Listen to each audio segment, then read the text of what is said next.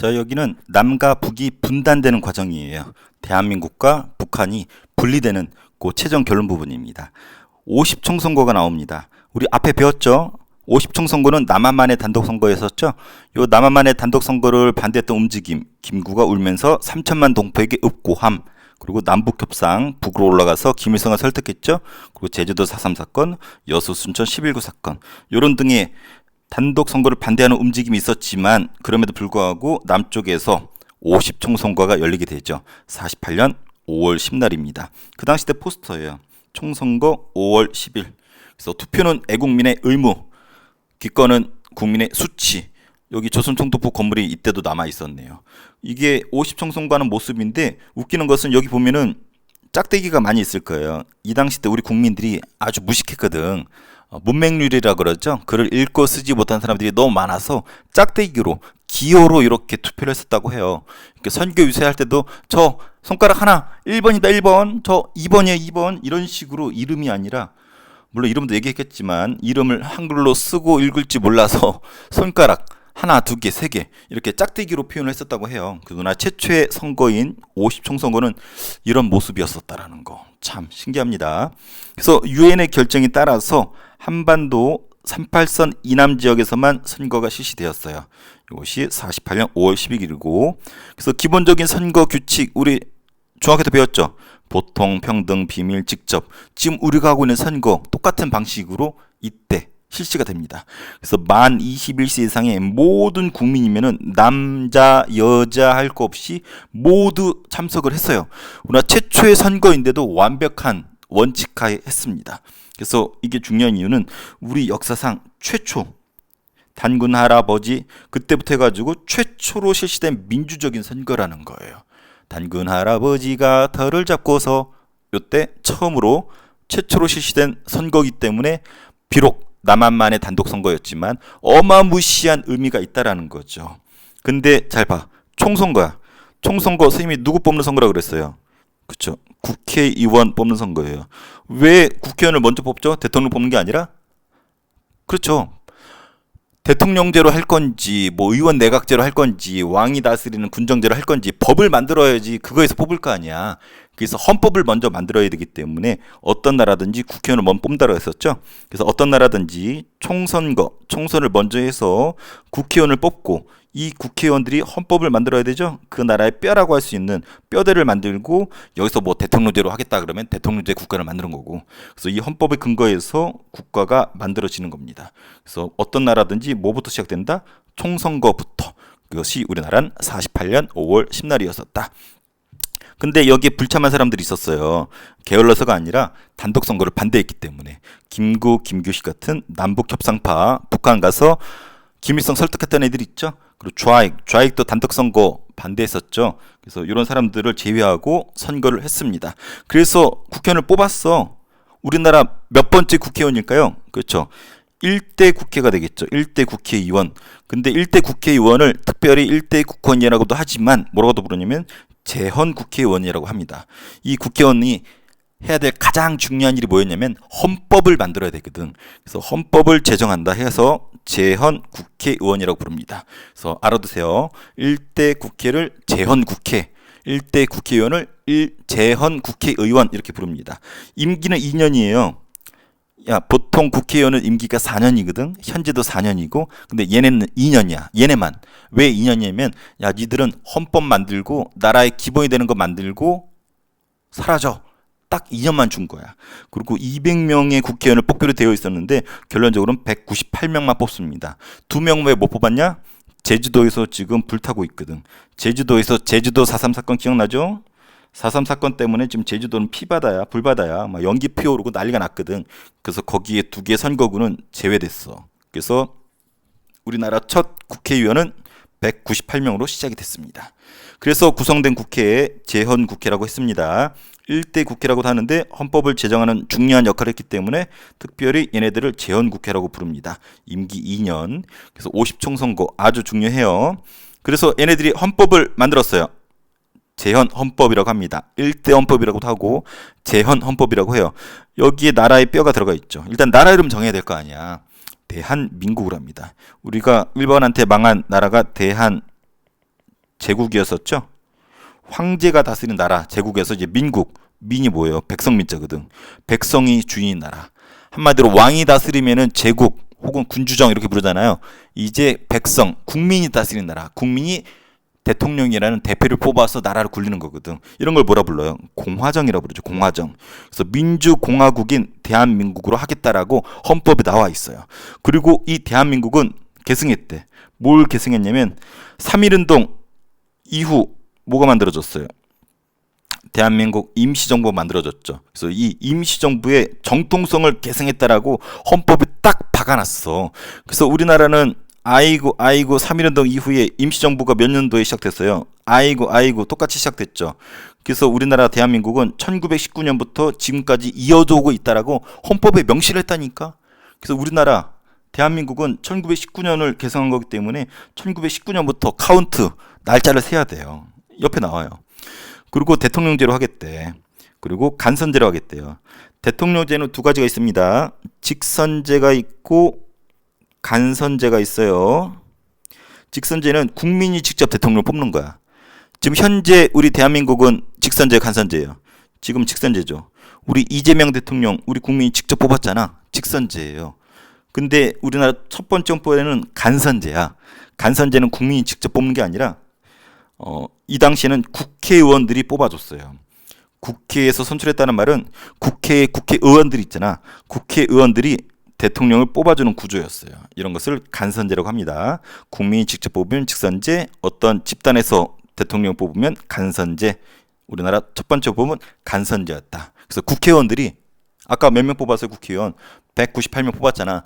얘네들이 이승만을 대통령으로 뽑아줬어요.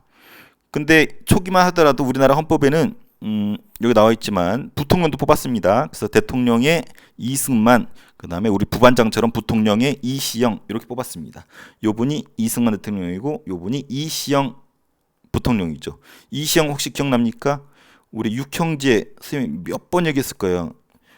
누구 육형제? 이회영과 육형제. 일제의 나라가 망해갈 때 전 재산 2조 가까이 되는 돈을 털어서 저기 만주로 올라가서 신흥무관학교 세우고 독립운동에 헌신했던 형제들 있었죠. 6형제들 이회영도 죽고 다 죽었잖아. 6명이 중에서 막내만 살아남았어. 이 막내가 여기 이시영이죠. 이승만도 평생을 독립운동한 사람이고 이 사람도 뭐 말할 것도 없이 독립운동했잖아. 그래서 우리나라 대통령과 초대 부통령은 모두 다 독립운동가 출신입니다. 나름대로 의미가 크죠. 친일파가 아니고. 그래서 이승만, 이시영. 그래서 이런 내용이 헌법에 담겨 있었다는 거예요. 이 헌법을 재헌국회라고 합니다. 말 나온 김에 한번 볼게요. 이게 재헌헌법이에요. 대한민국은 민주공화국이다. 한마디로 왕이 없고 국민이 대표를 뽑아서 정치한다. 그 대표의 이름을 헌법에 대통령이라고 명시했습니다.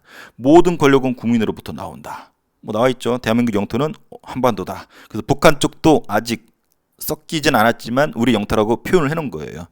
그리고 여기 보면 대한민국 30년이라고 표현이 되어 있어. 이게 무슨 말이냐면 이거 보세요. 여기 딱 나와 있잖아. 우리들 대한민국은 기미 3.1운동으로 대한민국을 건립하여. 여기 무슨 말일까요? 3.1운동 1919년에 3.1운동 결과 뭐가 만들어졌어요? 여기서 말한 대한민국은 대한민국 임시정부를 말하는 거예요. 임시정부도 1919년에 탄생했잖아요. 그래서 1919년부터 날짜를 따졌을 때 이걸 발표했을 때가 대한민국 30년이라는 거야. 이거 발표했을 때가 몇 년이면 1948년이거든. 그래서 1919년부터 48년까지로 따지면 30년이 되거든. 그래서 대한민국이 1919년에 탄생된 이래로 30년 9월 1일째다. 이런 말입니다. 그래서 요거만 보더라도 우리 대한민국은 뭘 계승했다? 3.1운동 결과 만들어진 대한민국 임시정부를 1919년부터 계승하고 있다는 거 알 수가 있겠죠. 근데 가끔 요거 헷갈려하는 바보들이 있어요. 부정하거나. 아닙니다. 명확히 이승만도 대놓고 얘기했어요.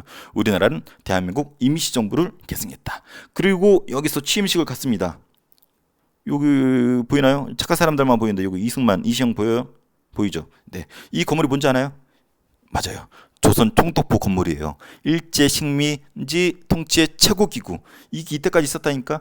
여기서 대한민국 수립식을 하고 있으니 참 뭔가 모순되죠? 식민지 지배 통치기구에서 대한민국 선포를 하고 있으니. 그래서 대한민국이 탄생을 했습니다. 1948년 8월 15일 날 정부 수립을 선포했습니다. 그래서 국내외에 알렸고 유엔에서도 오케이 승인을 해줬어요. 한반도 내 선거 가능 지역에서의 유일한 하나죠. 하나밖에 없는 합법 정부이다. 북한은 뭐다?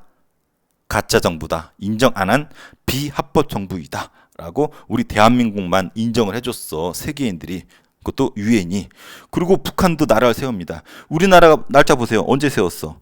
1948년 8월 15일이죠. 헌법이 아까 언제 만들어졌어? 여기 쓰여져 있네. 여기 7월 17일. 우리가 선생님 어렸을 땐 7월 17일이 공휴일이었어. 빨간 날. 이 날을 뭐라 불렀어요? 제헌절이라 불렀죠. 우리나라의 뼈대라고 할 수 있는 헌법을 한 날이었거든. 그래서 제정한다 해서 제헌 이렇게 부르고 이 제헌절의 이 헌법에 근거해서 나라를 날이 48년 8월 15일이죠. 눈치챘죠? 우리나라 1945년 8월 15일 날 광복을 얻었잖아요. 그리고 광복한 지 몇 년 만에 딱 3년 만에 나라를 수립을 선포한 거죠.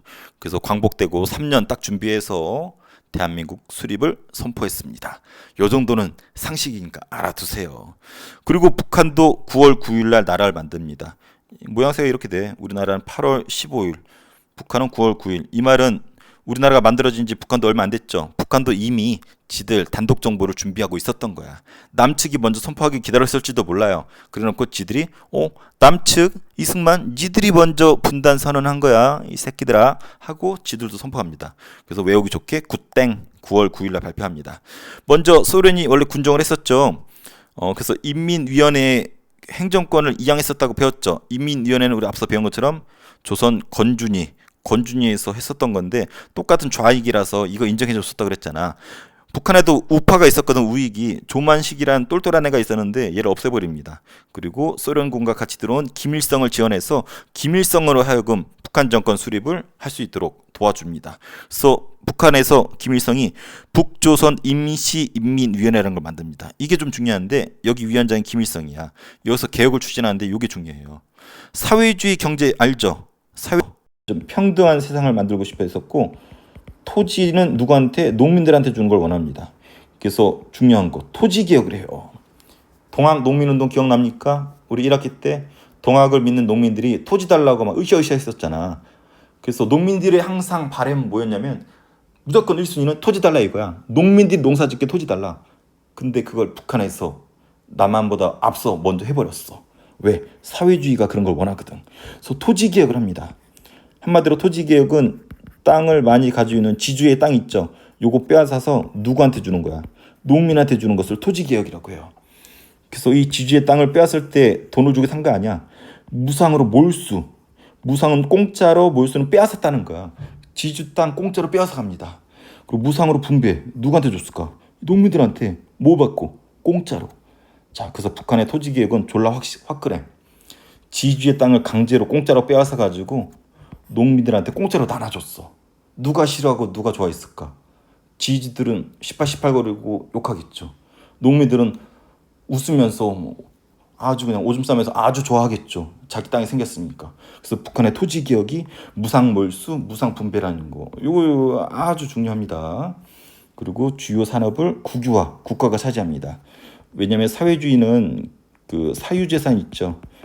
개인 재산 같은 거 인정 안 하잖아. 그 토지를 농민한테 주는 걸 좋아하고 평등한 세상 만드는 거 이런 쪽으로 이런 거 좋아하는 게 사회주의잖아. 그래서 북한의 이런 개혁이 북조선 임시인민위원회 김일성이 추진했습니다. 아직 나라가 만들어지기 전이야.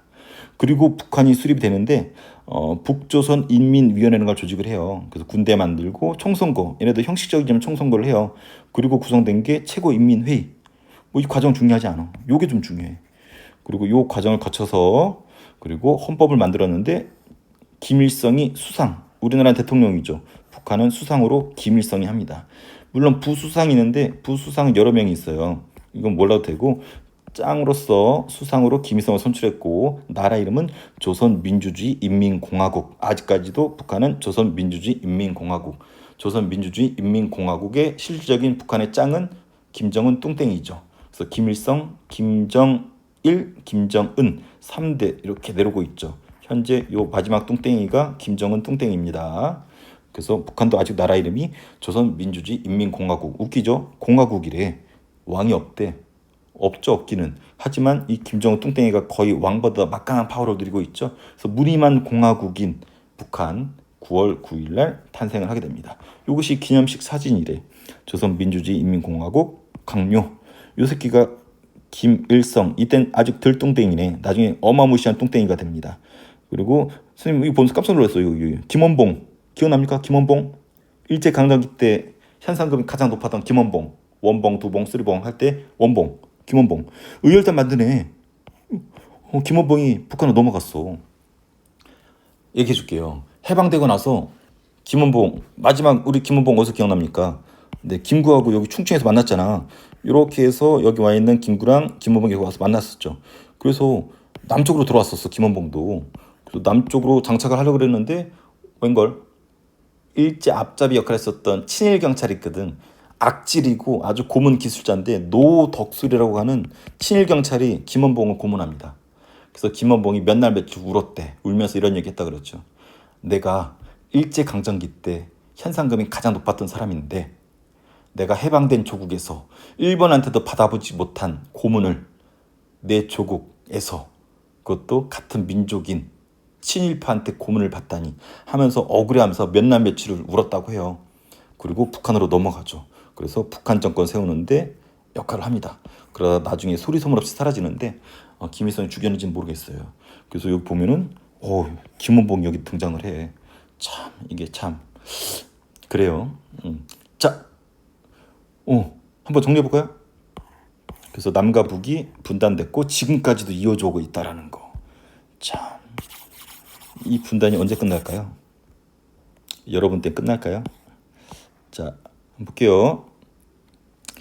오늘 흐름 볼게요. 그래서 광복을 했고 권준이 활동이 있었고 미소가 들어왔었고 그래서 북측에 소련군, 남쪽에 미군. 그래서 모스크바 3국 회의를 했었고 신탁 통치 때문에 좌우가 치열하게 싸웠고 그리고 약속된 대로 1차 미소공이 결렬, 이승만이가 남쪽만의 단독 정부 수립하자 주장했었고 이런 분위기 속에서 이거 결렬됐지. 이승만 깝치지. 그래서 중도파끼리 좌우 합작 운동을 했지만 여원형이 암살되면서 실패됐고 그리고 2차 비서공은 당연히 결렬됐을 거고 그래서 유엔으로 우리나라 문제를 넘겼죠.